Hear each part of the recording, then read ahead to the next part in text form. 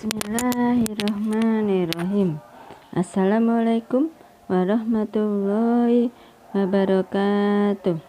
Alhamdulillahirabbil alamin. Bagaimana kabar teman-teman? Semoga dalam kondisi sehat-sehat dan bahagia selalu ya, dimanapun teman-teman berada. Hari ini saya ingin sharing tentang arti kehadiran anak. Anak itu sebenarnya hak Allah Subhanahu wa Ta'ala. Dia yang mengambil, Dia yang memberikan, dan Dia yang menetapkan jenis kelaminnya. Sebenarnya Allah ingin membuat kita mendapatkan ketenangan dalam urusan atas kehadiran anak. Sebagian dari kita akan merasa risau jika pernikahannya sudah lama tetapi belum dikaruniai anak. Semua hal yang berkaitan dengan harta, rezeki, atau anak terkadang malah membuat kita menjauhkan diri dari Allah Subhanahu wa Ta'ala. Kita menetesi hidup dengan jeruk nipis, teman-teman. Tidak bisa menerima dengan ketidaksempurnaan kita. Apapun yang terjadi, kita harus bisa berusaha untuk selalu menjaga ketenangan batin.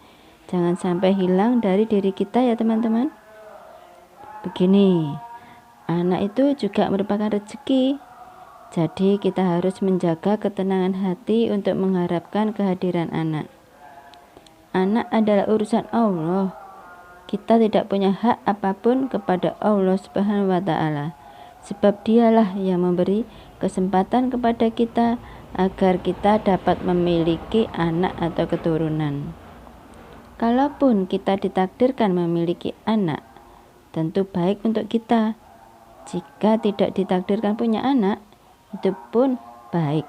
Sebab urusan orang-orang yang beriman itu semuanya baik, teman-teman. Jadi tinggal bagaimana kita melakukan semua proses dengan sebaik-baiknya. Kita ambil kisah Nabi Zakaria yang sedang menanti kehadiran seorang anak seperti dalam surat Ali Imran ayat 37 yang artinya, maka Allah menerimanya dengan penerimaan yang baik, membesarkannya dengan pertumbuhan yang baik, dan menyerahkan pemeliharaannya kepada Zakaria.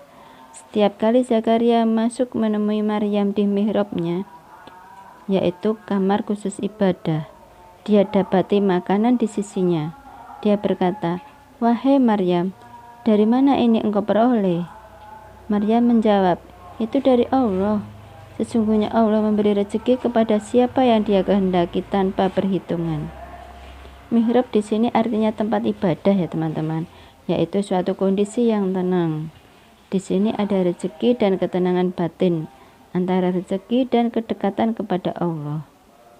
Dari sini Nabi Zakaria akhirnya bisa memahami, oh, ternyata untuk mendapatkan rezeki itu kita harus masuk ke mihrab. Mihrab adalah tempat bersujud. Tempat sujudnya ada di dalam hati kita. Ketika kita positive thinking kepada Allah, ikhlas terhadap apa yang terjadi, ridho terhadap apa yang Allah berikan, dan seterusnya. Inilah yang dinamakan mihrab. Di mihrab kita akan mendapatkan ketenangan batin, teman-teman. Begitulah Nabi Zakaria berdoa agar punya anak. Rezeki Maryam berupa makanan, sedangkan Nabi Zakaria meminta rezeki kepada Allah berupa anak. Doa Nabi Zakaria meminta anak kepada Allah dalam surat Ali Imran ayat 38. Ya Rabbku, berikan aku seorang anak dari Engkau yang baik. Sesungguhnya Engkau Maha Pendengar doa. Doa Nabi Zakaria yang lain dalam surat Ali Imran ayat 39. Kemudian para malaikat memanggilnya ketika dia berdiri melaksanakan sholat di mihrab. Allah menyampaikan kabar gembira kepadamu dengan kelahiran Yahya yang membenarkan sebuah kalimat atau firman dari Allah. Panutan berkemampuan menahan diri dari hawa nafsu dan seorang nabi di antara orang-orang soleh. Doa Nabi Zakaria dikabulkan Allah Subhanahu wa Ta'ala karena beliau melakukan semua prosesnya dengan hati atau jiwa yang tenang. Allah senang sekali melihat hambanya yang berharap kepadanya, tetapi berharap bukan dengan kegelisahan, bukan dengan ditatasi jeruk nipis, bukan mengeluh teman-teman. Seandainya kita diberi anak, ya kita bersyukur karena diberi kesempatan dengan kehadiran seorang anak sebagai pewaris baik-baik bagi kita. Namun jika tidak diberi anak oleh Allah, kita bisa berkarya berdua, menikah, kemudian bisa berkarya demi anak orang lain, dan tetap menjaga terumbu karang di antara berdua.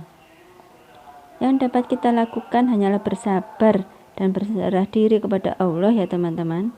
Tidak sedikit pun kita keluar dari mihrab kita, tidak sedikit pun kita keluar dari prasangka baik kita kepada Allah Subhanahu wa Ta'ala. Prasangka baik di sini bisa saja mungkin Allah ingin kita merawat anak orang lain yang kondisinya memang membutuhkan keberadaan kita. Bisa juga mungkin Allah ingin kita bisa lebih giat berkarya dan memberikan yang terbaik untuk orang-orang yang membutuhkan kita. Jadi di sini kita belajar 1. Memahami bahwa anak datangnya dari Allah. 2. Datanglah ke mihrab untuk mendapatkan ketenangan jiwa dan selalu berbaik sangka kepada Allah. Sekian dulu ya teman-teman sharing hari ini. Semoga bermanfaat buat kita semua. Mohon maaf jika ada yang kurang berkenan. Semoga teman-teman selalu mendapatkan limpahan kemuliaan dan kebahagiaan dari Allah Subhanahu wa Ta'ala. Wassalamualaikum warahmatullahi wabarakatuh.